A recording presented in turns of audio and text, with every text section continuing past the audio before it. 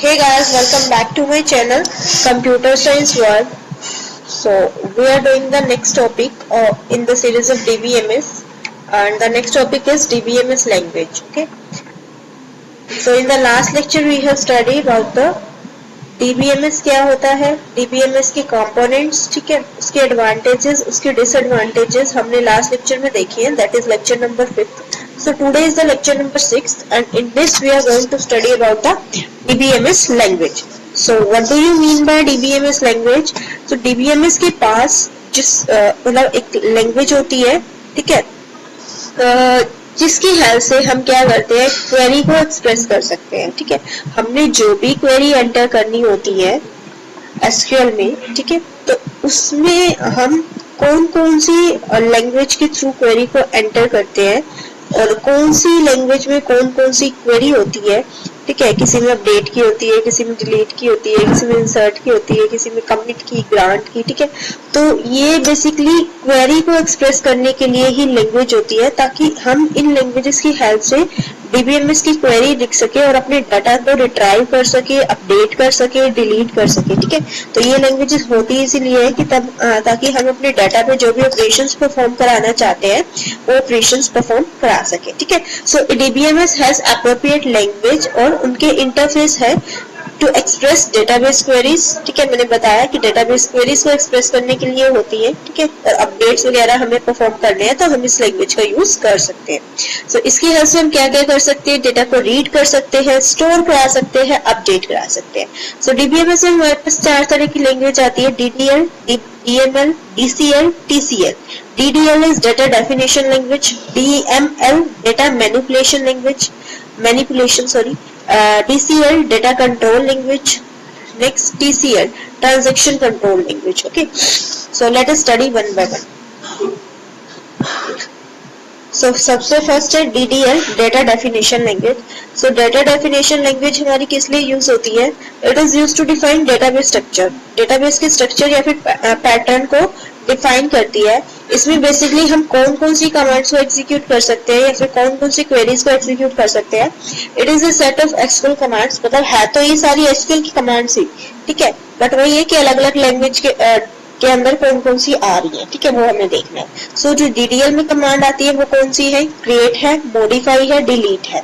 ठीक है, तो इसमें से हम मतलब डीडीएल के अंदर जो कमांड है 3. ठीक है, अब हम क्या कर रहे हैं, स्ट्रक्चर को, डेटाबेस के स्ट्रक्चर को डिलीट कर सकते हैं, मॉडिफाई कर सकते हैं, बट डेटा को नहीं कर सकते.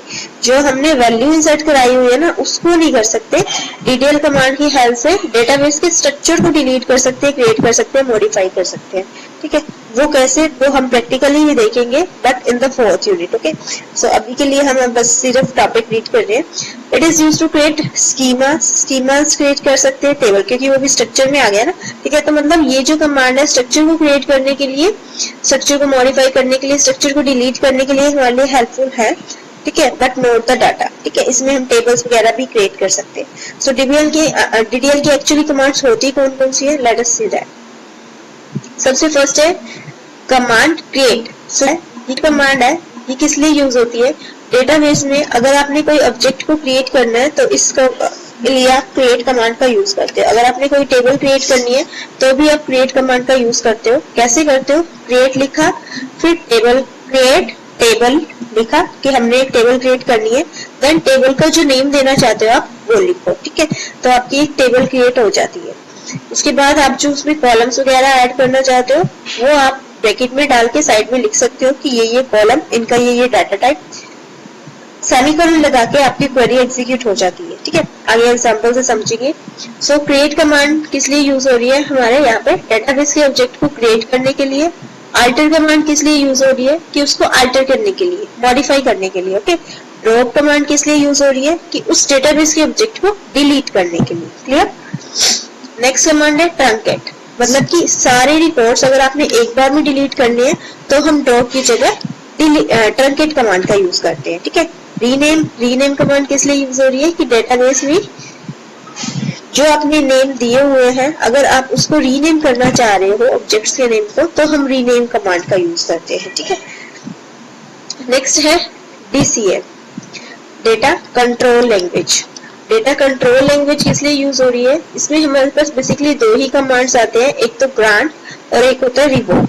ठीक है, मतलब आपका डेटाबेस है, आपने कोई यूजर नेम कोई पासवर्ड डाल रखा है, ठीक है, आप नहीं चाहते कि आपका डेटा कोई और एक्सेस कर पाए, आप यही चाहते हो कि जिसको आप एक्सेस प्रोवाइड करो बस वही बंदा एक्सेस कर पाए। तो इसके लिए ये कमांड होती है डेटा कंट्रोल लैंग्वेज। ठीक है, इसमें क्या होता है कि आपको जिसको कमांड देनी है आप उसको ग्रांट कर सकते हो, जिससे वापस लेनी है उससे रिवोक कर सकते हो। ठीक है, तो ये इसीलिए यूज होती है। उसमें दो कमांड्स हैं, एक है grant, it is use to give access to the database, मतलब जो एक्सेस है डेटाबेस की यूजर को प्रोवाइड कराने के लिए, रिवोक उससे एक्सेस वापस लेने के लिए जो कमांड यूज होती है दैट इज रिवोक। ओके, दो लैंग्वेज अभी तक करी हमने, डीडीएल और डीसीएल। डीडीएल डेटाबेस के ऑब्जेक्ट्स को क्रिएट, डिलीट, रीनेम, अपडेट करने का काम कर रही थी, और डीसीएल में दो कमांड्स है, ग्रांट और रिवोक, एक डेटाबेस को एक्सेस प्रोवाइड करने के लिए और दूसरे डेटाबेस से एक्सेस यूजर से, किसी यूजर को आपने एक्सेस दे रखी है डेटाबेस की तो उससे वापस लेने के लिए जो कमांड होती है वो है रिवोक। ओके, नेक्स्ट है डीएमएल। डीएमएल क्या होती है, data manipulation language. Data manipulation language का क्या काम होता है, तो इसमें भी हम different type of command perform कर सकते हैं। डीडीएल में क्या हो रहा था, हम टेबल को बना रहे थे, ठीक है, टेबल को अपडेट कर रहे थे, ऑब्जेक्ट्स को डिलीट कर रहे थे। अब हम यहाँ पे क्या कर रहे हैं, अगर हमने टेबल में कोई डाटा इंसर्ट कराना है तो वो हम डीएमएल की हेल्प से करा सकते हैं। अगर हमने कोई डाटा इंसर्ट करा दिया और हमें व्यू करना है तो भी हम डीएमएल कमांड की हेल्प से सेलेक्ट का यूज करके उस डाटा को व्यू कर सकते हैं। ठीक है, तो इसमें भी डिफरेंट डिफरेंट कमांड्स है हमारे पास, let us study one by one. So DML है क्या, डेटा मैनिपुलेशन लैंग्वेज है, डेटा को मैनिपुलेट करने के लिए यूज होती है। ठीक है, बाय यूजिंग डिफरेंट कमांड। सबसे फर्स्ट कमांड है इसमें सेलेक्ट। सेलेक्ट मतलब कि it is used to select, आपने कोई भी डेटा, आपने कोई टेबल बनाई, उसमें टेबल में डिफरेंट डिफरेंट कॉलम्स से, सारे कॉलम्स को आपने वैल्यूज दे दी। ठीक है, अब उन वैल्यूज को या फिर पूरी टेबल को विद वैल्यूज अगर आप देखना चाहते हो तो आपने कोई एक सिंगल कॉलम देखना है तो सेलेक्ट लिख के सेलेक्ट फ्रॉम टेबल का नाम और फिर टेबल के कॉलम का नाम जो आप व्यू करना चाहते हो। ठीक है, अगर पूरी टेबल दिखनी है तो आप क्या लिखते हो, सिलेक्ट स्टार फ्रॉम टेबल का नाम, वह पूरी टेबल आपकी आ जाएगी विद वैल्यूज। ठीक है, मतलब आपने कुछ भी व्यू करना है तो आप सेलेक्ट कमांड की हेल्प से कर सकते हो। ठीक है, नेक्स्ट इंसर्ट, आपने डेटाबेस में वैल्यू इंसर्ट करनी है टेबल के अंदर, कॉलम के अंदर, कॉलम का कोई भी नाम है उसमें नेम्स डाला, जैसे कॉलम नेम नाम का एक कॉलम है टेबल के अंदर, तो नेम के अंदर आपने राम श्याम जो भी वैल्यू इंसर्ट करानी है वो वैल्यू आपने अगर इंसर्ट करानी है तो आप इंसर्ट इनटू कमांड से करा सकते हो, उसके लिए आपकी डीएमएल कमांड यूज होती है। ठीक है, उन्हीं वैल्यूज को अगर आपने टेबल के अंदर जो कॉलम्स के अंदर जो वैल्यूज डाली है उन्हीं वैल्यूज को अगर आपने अपडेट कराना है तो आप अपडेट कमांड का यूज करोगे यहाँ पे, और उन्हीं वैल्यूज को जो डिलीट कराना है तो यहाँ पे आप डिलीट कमांड का यूज कर रहे हो। ठीक है, नेक्स्ट है लास्ट लैंग्वेज हमारी transaction control language, TCL। Transaction control language क्या है, मतलब it is used to run the changes made by the DML command, मतलब जो भी हमने डीएमएल कमांड में चेंजेस किए हैं उसको रन करने के लिए। इसमें दो आती है, एक तो कमिट और एक रोल बैक।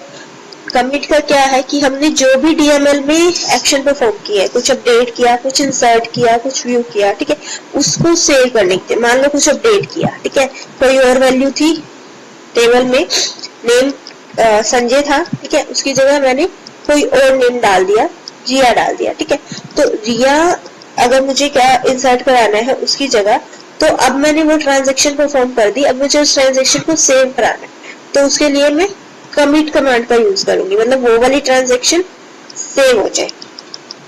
ठीक है, नेक्स्ट है रोल बैक, मतलब कि it is used to restore the database to the original state, मतलब लास्ट जो हमने कमांड करी उससे हमारा वापस होम पे आ जाए। जैसे आपने कोई वेबसाइट ओपन कर रखी है, उसमें कोई भी पेज ओपन कर रखा है, ठीक है, कोई भी लिंक ओपन कर रखा है, तो वो वापस से होम पेज पे आ जाए अपनी। ठीक है, तो उसके लिए जो कमांड यूज होती है वो रोल बैक कमांड होती है। यहाँ पे बेसिकली इसका क्या मतलब है, आपने डेटाबेस के ऊपर कोई भी ऑपरेशन लगाया और लगाने के बाद वापस से वो उसके अपनी ओरिजिनल स्टेट पे आ जाए database, that is roll back. ठीक है, मतलब वापस से वो अपनी बैक स्टेट पे आ रहा है। ठीक है, so this is all about data